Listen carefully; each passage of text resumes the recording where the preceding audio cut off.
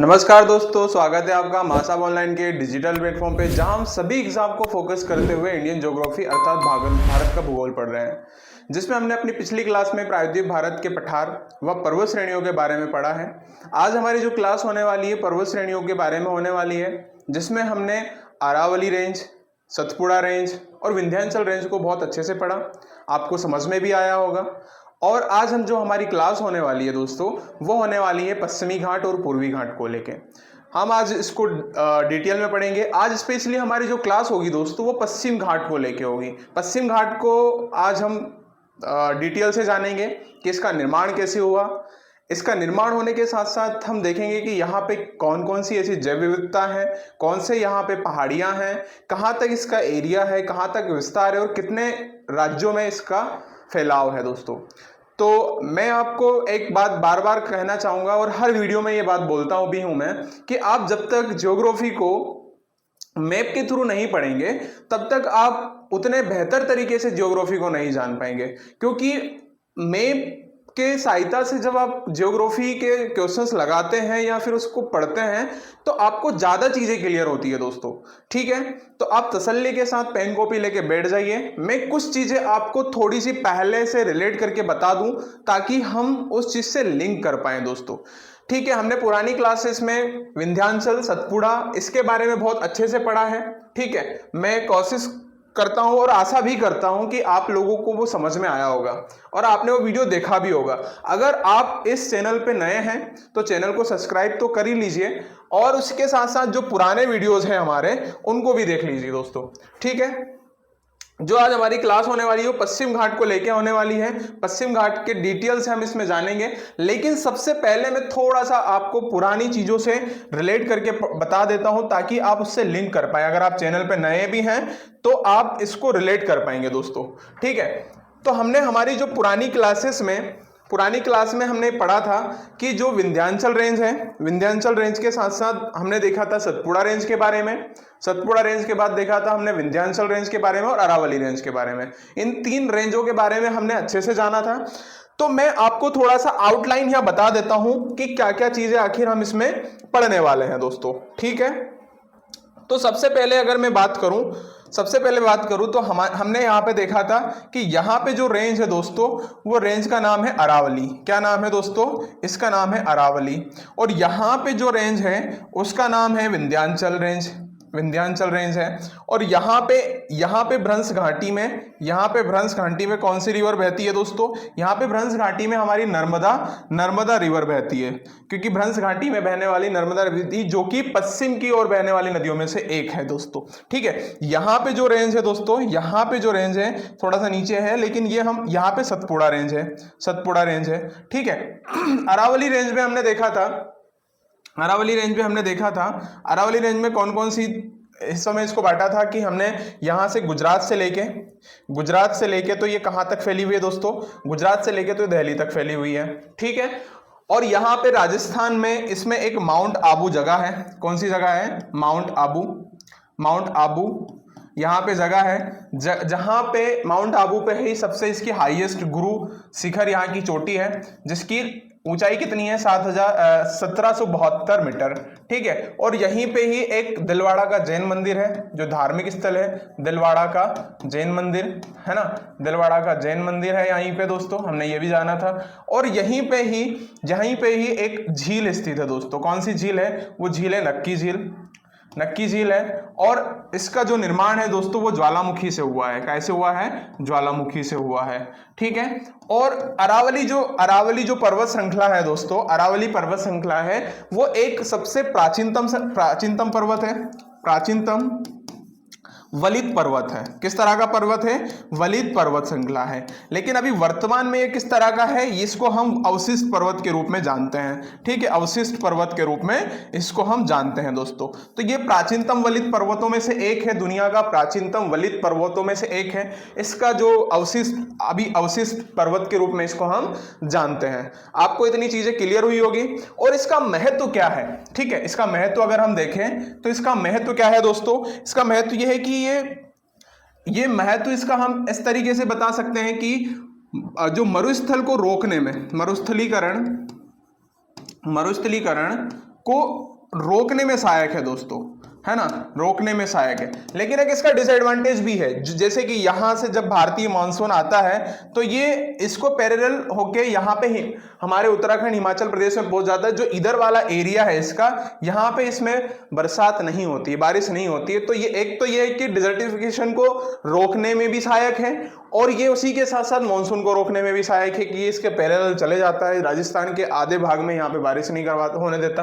तो ये इसके एक कुछ एडवांटेज और डिसएडवांटेज दोनों ही हैं दोस्तों, ठीक है। तो मैं उम्मीद करता हूं कि अरावली रेंज आपको समझ में आई होगी। उसके बाद जो नेक्स्ट हमारा है, नेक्स्ट जो है हमारा, हमने यहां पे देखा था कि ये विंध्याचल रेंज है दोस्तों, ठीक है। विंध्याचल रेंज जो है, विंध्याचल जो रेंज है दोस्तों, वो गुजरात से लेके तो हमारे बिहार तक फैली हुई है ना। गुजरात से तो बिहार तक फैली हुई है। यहाँ पे एक जगह है, उसका नाम है जोबर, है ना, जोबर। यहाँ पे एक जगह का नाम है भांडेर, है ना, भांडेर। और यहाँ पे जगह का नाम है कैमूर, है ना।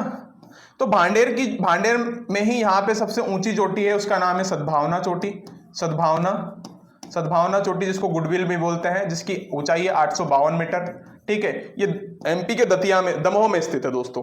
कहाँ पे? एमपी के दमोह में स्थित है, और इसकी जो ऊंचाई है 852 मीटर है। तो इतनी चीजें याद रखनी है। उसके बाद इसके नीचे हमारी रिफ्ट वैली में जो गंगा नदी बहती है इसके नीचे, और यहाँ पे जो है हमारा सतपुड़ा रेंज है। मतलब मैं मैप के पैमाने पे बता रहा हूँ आपको, ठीक है। ये दक्षिण में इसके नर्मदा नदी बहती है, और उसके दक्षिण में कौन सा? सतपुड़ा रेंज है। सतपुड़ा रेंज को भी अगर हम देखें, ये आपको क्लियर है। मैं यहाँ पे सतपुड़ा रेंज को बना देता हूँ कि सतपुड़ा रेंज को भी हम अगर अब देखते हैं, तो सतपुड़ा रेंज को हम देखें, सतपुड़ा रेंज को भी देखें हम अगर, तो यहाँ से यहाँ तक इसको भी, ये गुजरात से लेके तो हमारा छत्तीसगढ़ झारखंड तक फैली हुई है। यहाँ पे गुजरात से लेके तो छत्तीसगढ़ तक फैली हुई है, ठीक है। और इसी के साथ साथ यहाँ भी हम देखते हैं कि इसमें राजपीपला की पहाड़ी, और यहाँ पे बुरहानपुर दर्रा है दोस्तों, जिसको गेटवे ऑफ दक्कन प्लेट्यू बोला जाता है। मतलब दक्कन भारत का द्वार बोला जाता है बुरहानपुर दर्रे को, बुरहानपुर दर्रा। उसके साथ साथ हम देखते हैं यहाँ पे है कौन सी रेंज दोस्तों? यहाँ पे हमारे राजपीपला, यहाँ पे बुरहानपुर दर्रा, यहाँ पे महादेव श्रेणी, यहाँ पे मैकाल श्रेणी, ठीक है। और महादेव श्रेणी में ही एमपी की सबसे हाईएस्ट चोटी पंचमढ़ी में है, धूपगढ़ की चोटी। पंचमढ़ी में कौन सी है दोस्तों? धूपगढ़ की चोटी है ना, धूपगढ़ की चोटी, जिसकी ऊंचाई कितनी है? 1750 मीटर, ठीक है। तो इतनी चीज हमने एक पढ़ा था, ओवरऑल व्यू लिया है। और ये भ्रंशोत्तर यहाँ पे जो पठार है वो भ्रंश पठार है, इसको भ्रंश पठार के रूप में। भ्रंश पठार क्या होता है? तो हमने बात की थी कि एक पठार ऐसे भ्रंश पर्वत के रूप में जाना था इसको। भ्रंश पर्वत कैसे होता है कि एक पर्वत यहाँ है, फिर उसके बाद यहाँ एक पर्वत श्रृंखला है, तो इस तरीके से इसमें भ्रंश है, और ये भ्रंशोत्तर पर्वत है दोस्तों, भ्रंश पर्वत श्रृंखला के रूप में इसको हमने देखा था, ठीक है। आज जो हमारी क्लास होने वाली है वो मुख्य रूप से जो होगी पश्चिम घाट को लेके होगी, और इसको हम देखते हैं कि पश्चिम घाट में हम क्या क्या पढ़ेंगे दोस्तों।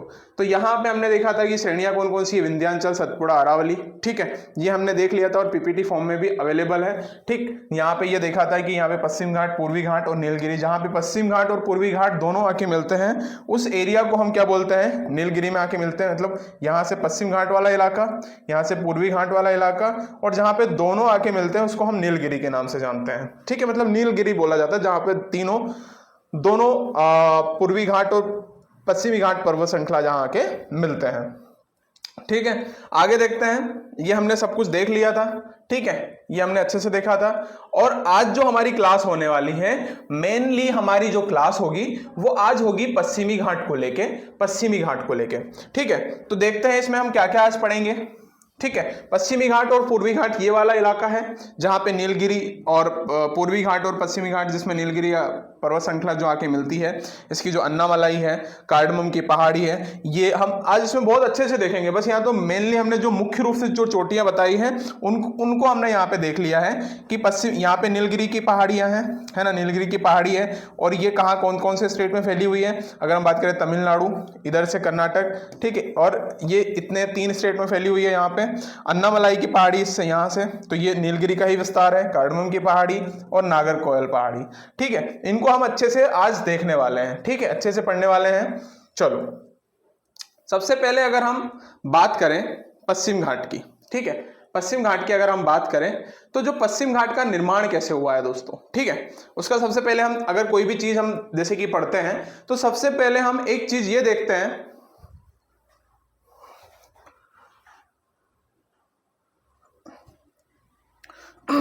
दोस्तों इसमें हम पश्चिमी घाट में हम देखेंगे कि इसका जो विस्तार है वो कहां से कहां तक है, लोकेशन को देखेंगे।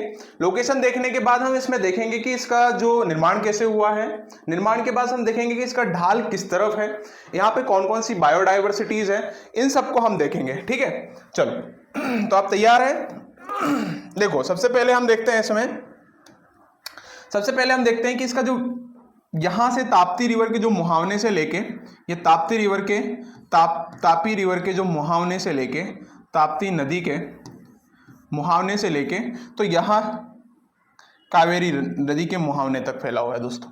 इतने बीच में इसका जो विस्तार है, ठीक है, यहाँ से यहाँ तक जो एरिया आता है, ये वाला एरिया, ये वाले एरिया को हम क्या बोलते हैं, पश्चिमी घाट बोलते हैं, यानी कि कावेरी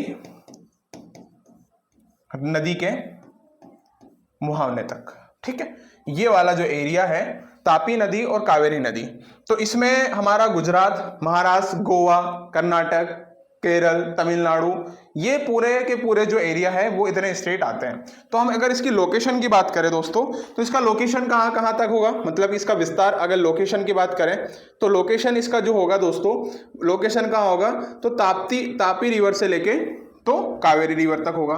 अब अगर हम इसके निर्माण की बात करें, यानी कि इसके निर्माण की बात करें तो निर्माण कैसे हुआ है दोस्तों, इसका निर्माण की अगर हम बात करें तो जो दो प्लेट है ना, जब दो प्लेट आपस में टकराई, यानी कि ये जो है अफ्रीकन प्लेट, और अफ्रीकन प्लेट से ये वाला जो हिस्सा है दोस्तों, ये इंडियन प्लेट, यहां से हम देख लेते हैं, और इस तरीके से जो ये वाला हिस्सा है, ये वाला हिस्सा जाके यहां पे आके इंडियन प्लेट से आके क्या हो गया, अलग हो गया।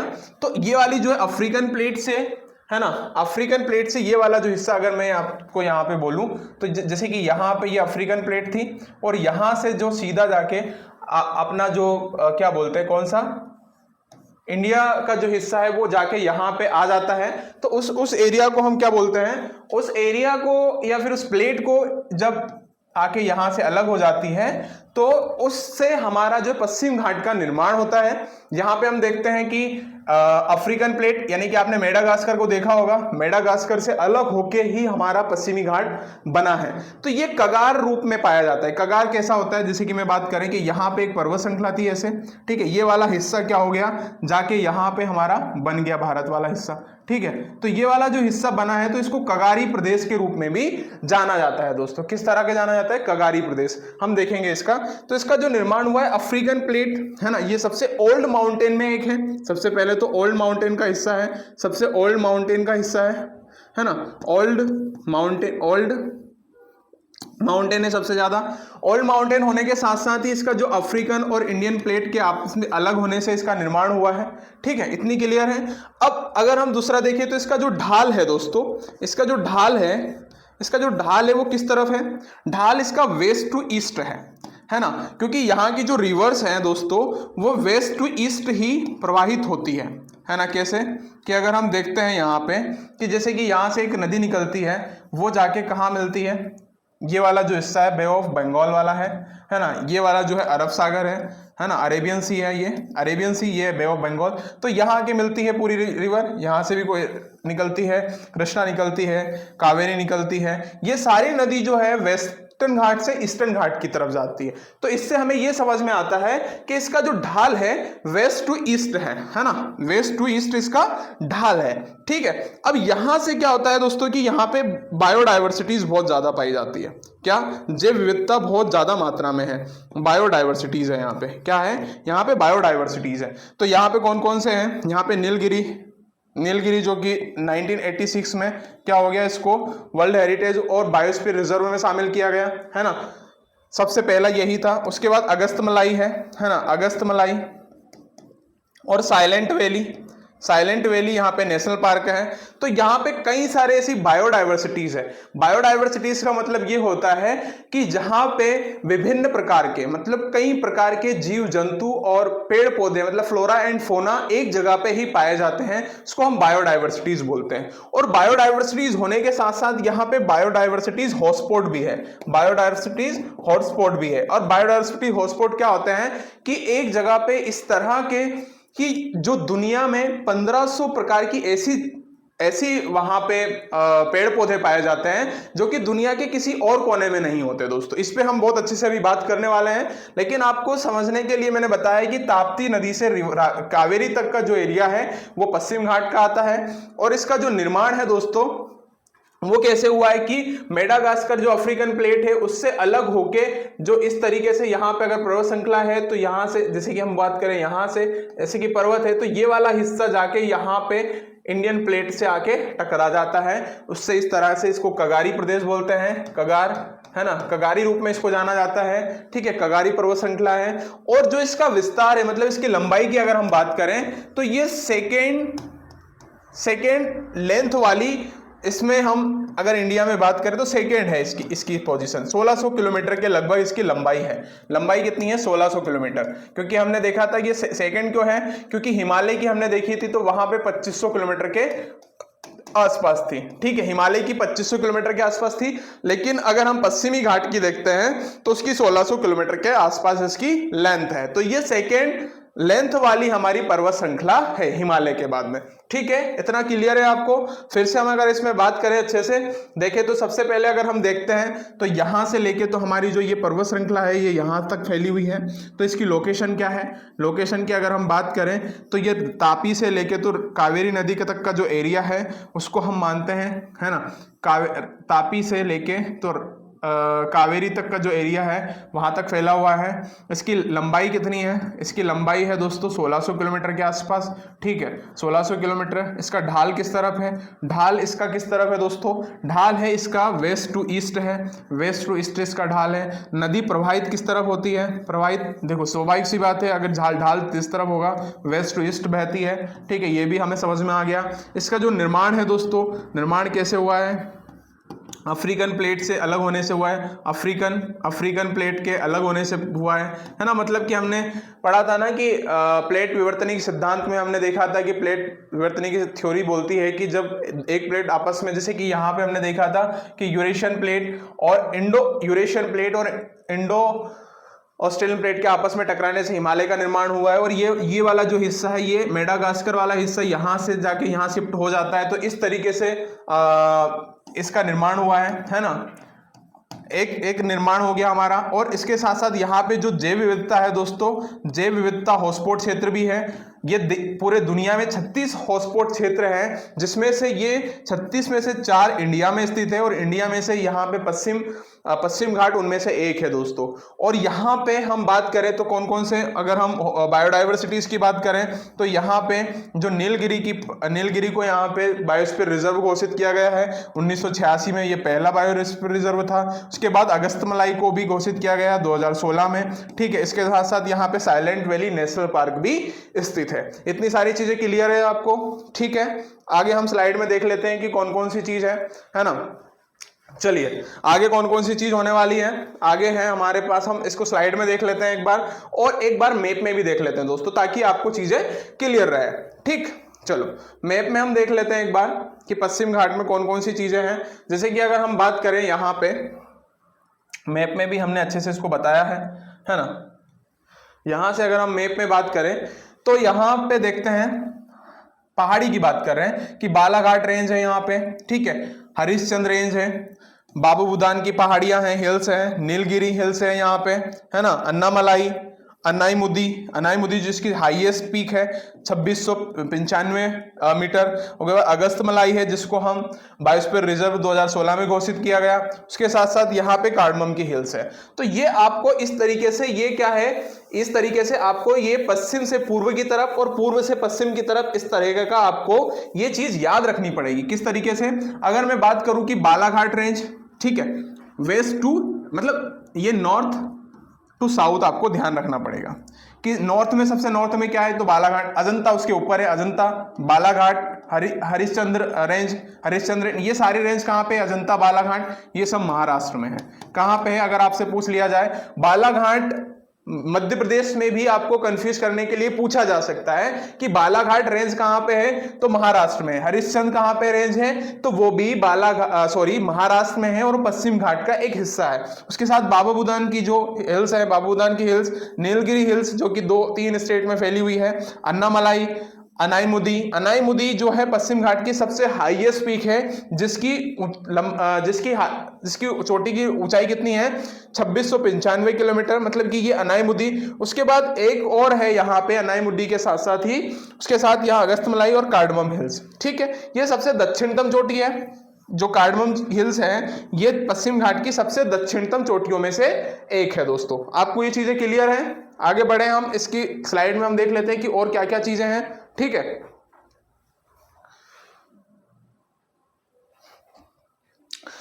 स्लाइड में हम देख लेते हैं कि क्या क्या चीजें हैं इसमें हमने लिखा जो है, उसको भी एक बार देख लेते हैं ताकि हमें चीजें क्लियरिटी से पता चले, ठीक है।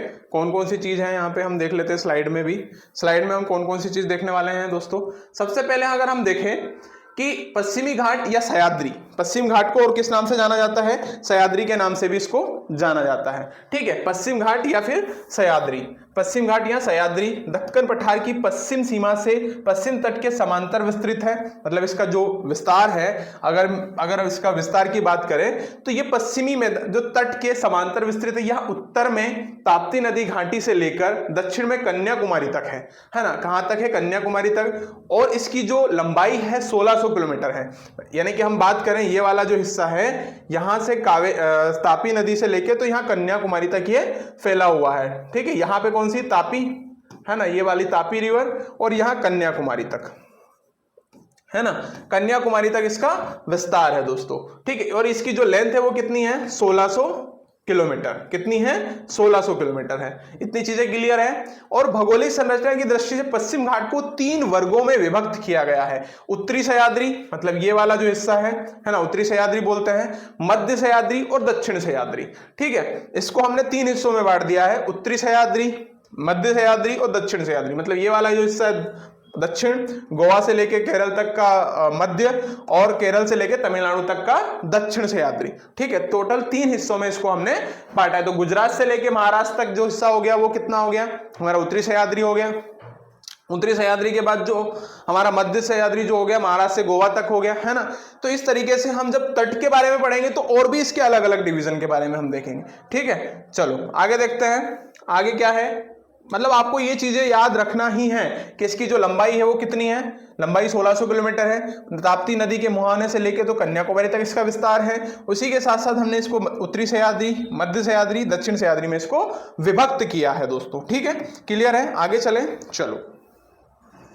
उसके बाद आगे जो हमारी स्लाइड है उसमें क्या क्या है? पश्चिम घाट पर्वत उत्तर में, है ना, पश्चिमी घाट पर्वत जो है, पश्चिमी घाट पर्वत उत्तर में तापी, है ना, हमने अभी बात की थी। यहाँ पे एक बार और फिर से हम मैप बना लेते हैं। यहाँ पे तापी, ठीक है, ये यहाँ पे तापी रिवर है, ठीक। तापी नदी के बाएं तट पर प्रारंभ होकर, ये वाला बाएं तट है ना, मतलब नदी अगर अपने ओरिजिनेट जहां से होती है उससे हम अगर इसको देखें तो इस तरफ, जिस तरफ वो जाती है उस तरफ हम मुंह करके खड़ा होते हैं तो हमें पता चल जाता है कि ये इसका बाएं है और ये इसका दाएं है, ठीक है।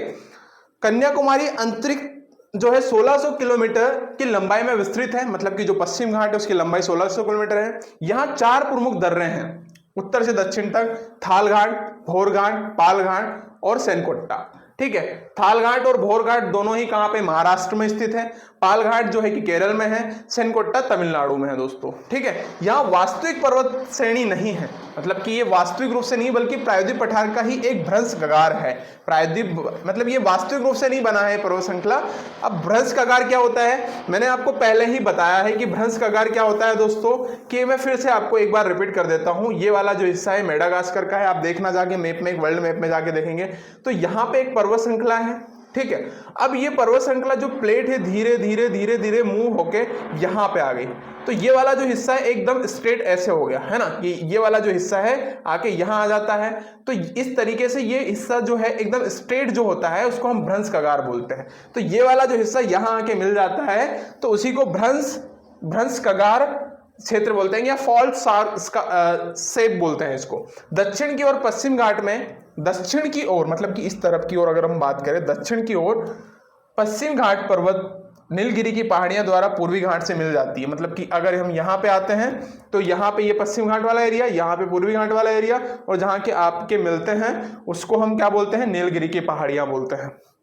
उसके आगे क्या है, दक्षिण भारत की सर्वोच्च चोटी जो है अनाईमुडी की चोटी है, ठीक है। वो पश्चिम घाट में स्थित है, जिसकी ऊंचाई कितनी है, इसकी ऊंचाई है 2695 मीटर, जो अन्नामलाई की पहाड़ी में स्थित है। सॉरी, अन्नाईमुडी की जो चोटी है वो कौन सी पहाड़ी का हिस्सा है, अन्नामलाई का हिस्सा है, ठीक है, यहाँ पे स्थित है। देखिए जैसे कि हमने अभी देखा था ना मैप में, एक बार हम देख लेते हैं, हम एक बार मैप में देख लेते हैं, मैप में देख लेते हैं कहाँ पे है। मैप में हम देख लेते हैं कि अन्नामलाई का हिस्सा है वो ये वाला, यहाँ पे देख रहे हैं ना अन्नाईमुडी, तो ये अन्नामलाई की हिल्स है। अगर मैं बताऊं यहाँ से आपको, देखो ये वाला जो हिस्सा है अन्नामलाई का है, तो यहाँ पे क्या है, नीलगिरी की पहाड़ी है ये वाला हिस्सा, ठीक है, ये नीलगिरी हो गया। यहाँ पे इसका एक्सटेंशन इधर की तरफ है, तो यहाँ से जो है ये जो चोटी है ये अन्नामलाई की हिल्स है। अन्नामलाई की हिल्स में ही क्या है, अन्नामलाई की हिल्स में ही क्या है दोस्तों, यहाँ पे अगर मैं बात करूँ, यहाँ पे अन्नामलाई की हिल्स में यहाँ पे जो है दोस्तों, यहाँ पे हमारी जो चोटी है, सबसे ऊंची चोटी का नाम क्या है, अनाईमुडी चोटी, जिसकी ऊंचाई कितनी है 2695 मीटर, ठीक है, क्लियर है। आगे चले, समझ में आ गया। पश्चिम घाट की सबसे ऊंची चोटी कौन सी है, अनाईमुडी है, जो कौन सी पहाड़ी पे स्थित है, नीलगिरी पे नहीं है, अन्नामलाई पे। ध्यान रखना किस पे है, अन्नामलाई पे है, क्लियर है। आगे चले, चलो आगे बढ़ते हैं, वहीं से हम कंटिन्यू करेंगे यहां से, है ना। देखो अनाईमुडी हो गया, अन्नामलाई की पहाड़ियों में स्थित है। पश्चिम घाट को महाराष्ट्र, गोवा एवं कर्नाटक में सह्याद्री के नाम से भी जाना जाता है। यह ध्यान रखना बहुत ज्यादा जरूरी है कि पश्चिम घाट को महाराष्ट्र में किस नाम से जाना जाता है, तो महाराष्ट्र, गोवा, कर्नाटक में इसको किस नाम से जाना जाता है दोस्तों, इसको सह्याद्री के नाम से जाना जाता है, ठीक है। उत्तरी सह्याद्री, दक्षिण सह्याद्री हमने देखा था ना अभी, मतलब उत्तरी सह्याद्री है तो महाराष्ट्र, गोवा और गोवा वाला पार्ट, मध्य सह्याद्री तो गोवा से केरल कर्नाटक वाला भाग, और दक्षिण सह्याद्री है तो तमिलनाडु वाला भाग, ठीक है, क्लियर है इतना। चलो ये इसमें क्या है, इतना ज्यादा आपको लॉजिक लगाने की जरूरत नहीं है, ठीक है। आगे चलते हैं क्योंकि हमने पढ़ लिया उसको। अब ये बड़ा इंपॉर्टेंट है, ठीक है। यहां पे क्या है कि 16 डिग्री उत्तरी अक्षांश उत्तरी सह्याद्री और दक्षिणी सह्याद्री को विभाजित करता है, जो गोवा से होकर गुजरती है। वेरी वेरी इंपॉर्टेंट क्वेश्चन है दोस्तों ये। जहां से अगर मैं बात करूं, यहाँ पे है ना, ये वाला जो हिस्सा है, ये वाला जो हिस्सा है, यहाँ पे कहीं ना कहीं गोवा स्थित है, और गोवा में यहाँ से अगर 16 डिग्री जो है, 16 डिग्री उत्तरी अक्षांश यहाँ से निकलता है, उत्तरी अक्षांश यहाँ से निकलता है, और ये जो उत्तरी अक्षांश है इसको उत्तरी सह्याद्री, यहाँ पे उत्तरी सह्याद्री है ना, उत्तरी सह्याद्री और दक्षिण सह्याद्री को 2 भागों में बांटता है दोस्तों, ठीक है। कितने भागों में बांटता है, 2 भागों में बांटता है। उत्तरी सह्याद्री और दक्षिण सह्याद्री को 2 भागों में ये बांटने का काम करता है, ठीक है। सर्वोच्च शिखर जो है उत्तरी सह्याद्री का बात कर रहे हैं, उत्तरी सह्याद्री का सर्वोच्च शिखर कौन सा है, कलसुबाई, ठीक है, 1646 मीटर। देखो उत्तरी सह्याद्री की सबसे ऊंची चोटी कौन सी है, कलसुबाई, ठीक है, और दक्षिण सह्याद्री का सर्वोच्च शिखर कौन सा है, कुद्रेमुख, ये ध्यान देना। लेकिन पश्चिम घाट की सबसे सर्वोच्च ऊंची चोटी कौन सी है, अनाईमुडी। देखो उत्तरी सह्याद्री की सबसे ऊंची चोटी कौन सी है, कलसुबाई, दक्षिण सह्याद्री की सर्वोच्च शिखर कौन सा है, कुद्रेमुख, लेकिन पश्चिम घाट की सर्वोच्च ऊंची चोटी है अनाईमुडी, जो कि अन्नामलाई का हिस्सा है, ठीक है, जिसकी ऊंचाई कितनी है 2695 मीटर। ये आपको ध्यान रखना है। दक्षिण सह्याद्री का दूसरा सर्वोच्च शिखर है पुष्पगिरी, 1714 मीटर है। पुष्पगिरी के समीप से ही कावेरी नदी निकलती है। यह ध्यान रखना कि कहां से निकलती है, पुष्पगिरी के निकट से ही कावेरी नदी निकलती है। और गोदावरी कहां से निकलती है, ये आपको कमेंट बॉक्स में बताना है। कहां से निकलती है गोदावरी, वो आपको कमेंट बॉक्स में निकालना है, कौन से स्टेट से निकलती है और कौन सी पहाड़ी से निकलती है। क्लियर है, आगे चले, चलो, है ना। अब आगे जो हमारा टॉपिक है दोस्तों वो है डोडा बेटा दक्षिण से भारत की दूसरी सर्वोच्च ऊंची चोटी है ना। डोडा बेटा जो है, डोडा बेटा है 2637 मीटर। अनाई कितनी है? अनाई मुदी की जो चोटी है उसकी है 2695 मीटर। 2695 मीटर, जो कि अन्नामलाई का हिस्सा है। अन्नामलाई है ना, ध्यान रखना। कौन सी मलाई? अन्नामलाई, ठीक है। अनाई मुदी है, ठीक है। और नीलगिरी पर्वत श्रेणी कर, ये देखो नीलगिरी कर्नाटक, केरल और तमिलनाडु में फैली हुई है। कितने? 3 स्टेट है, कर्नाटक, केरल और तमिलनाडु। राज्य में मिलने बिंदु पर ही स्थित है। और इलायची पहाड़ियां, जिसको कार्डमम, इलायची को ही इंग्लिश में कार्डमम बोलते हैं, केरल के दक्षिण पूर्वी हिस्से तथा तमिलनाडु के दक्षिण पश्चिम हिस्से में अन्नामलाई पर्वत के दक्षिण में अवस्थित है। मतलब अन्नामलाई के दक्षिण में स्थित है। अगर यहां बात करें तो कार्डमम की पहाड़ी सबसे दक्षिणतम बिंदु है पश्चिम घाट का, ठीक है। इसके उत्तर पश्चिम में अन्नामलाई है ना। उत्तर पूर्व में पालनी की पहाड़ी है जो कि तमिलनाडु में स्थित है। दक्षिण में अगस्थमलाई की पहाड़ियां हैं, ठीक है। तो आपको यहां से कितनी सारी चीजें क्लियर हो गई कि उत्तरी सह्याद्री की सबसे ऊंची चोटी कौन सी है? कलसुबाई है। दक्षिण सह्याद्री की सबसे ऊंची चोटी कौन सी है? अभी हमने देखा दक्षिण सह्याद्री की सबसे ऊंची चोटी जो है कुद्रेमुख है। उसके बाद हमने देखा कि पश्चिम घाट की सर्वोच्च चोटी कौन सी है? वो है हमारी अनाई मुदी है। तो आपको, और उत्तर और दक्षिण सह्याद्री को जो हमारा उत्तरी अक्षांश है 16 डिग्री उत्तरी अक्षांश, इसको 2 भागों में बांटता है जो कि गोवा से निकलता है। तो आपको यहां से कई सारे फैक्ट पता चले हैं। अगर आप इस चैनल पे नए हैं तो प्लीज चैनल को सब्सक्राइब करें, और आपको किसी भी प्रकार का कोई भी सजेशन या डाउट होता है तो आप कमेंट बॉक्स में जरूर बताएं, ठीक है। हम कोशिश करेंगे कि वो चीज को हम खत्म करें और कम करने का प्रयास करें। दोस्तों, आई होप आपको ये वीडियो पसंद आया होगा। अगर आपको वीडियो पसंद आता है तो इसको लाइक कीजिए और शेयर कीजिए और सब्सक्राइब कीजिए। थैंक यू सो मच, धन्यवाद।